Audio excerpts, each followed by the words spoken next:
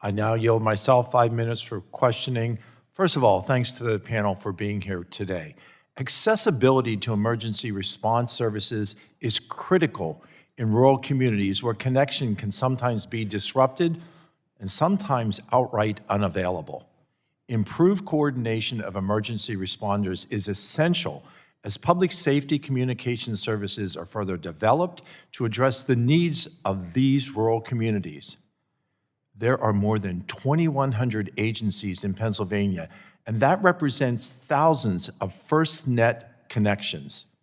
This underscores the need for Congress to reauthorize FirstNet's authority. The district that I am honored to represent includes 12 rural counties in Pennsylvania, from the battlefields of Gettysburg in Adams County to close to the Flight 93 Memorial in Somerset County. My district has geographical barriers that create problems for first responders trying to communicate in times of crisis, as well as constituents trying to access emergency response services by making a 911 call. Sheriff Dicus, you mentioned in your testimony that you and members of your association serve vast rural territories. Can you elaborate on communication challenges that these law enforcement officers and first responders face in these rural communities? In these rural communities, and I'm talking in excess of like a 3.5-hour drive time, there are not infrastructure things in the ground. Where we're talking about fiber, we're talking about in some cases cell towers. That's how remote these places are. So to be able to communicate, you develop or you rely on your legacy system, which is the 800 megahertz system. In the past, they've since advanced, but in the past, the law enforcement officer would actually know the boundaries of that radio system to be able to switch to and from repeaters. And I'm glad to report to you today, now that occurs automatically, but that ends up being the only reliable communication source. Having something like FirstNet expanded would now allow for that redundancy and the use of the computer, not just the handheld radio. Sheriff, how can Congress ensure that rural communities, and yours being very similar to mine, how can we ensure that first responders have access to the most cutting-edge communications technology and infrastructure that is possible? Previously in this hearing, you stated that urban communities often have more access to the funds than rural communities have. Would you please explain further? A lot of the formulas that are related to funding across the board, whether you're talking about Homeland Security grant funding, they're related usually to population. And of course, the rural areas are going to suffer just as a result of their population.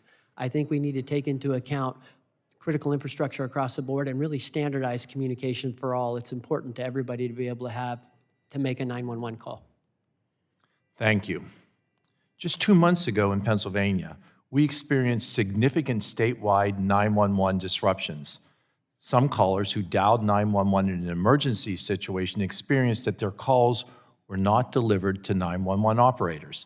According to Pennsylvania's Emergency Management Agency, the cause of the outages within the next-gen 911 system was a defect in the operating system. A wireless emergency alert issued to the public notified individuals to call their local 911 center directly or to call the local non-emergency line. In a true emergency, locating these numbers can waste precious time.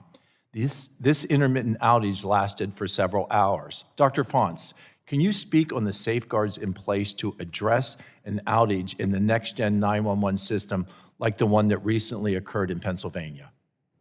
Thank you. I think it's important to recognize that Next Generation 911 has built into its purposes the idea of resiliency. So if a center were to go down, the ability to move 911 communications to other centers to be able to respond to the emergency with the data that's available to that community that went down will better serve the public and provide the continuance of 911 service. I think you've outlined what's so important. What has been so important in this hearing, it's the continuance, the ability to have that overlap to serve 911 emergencies.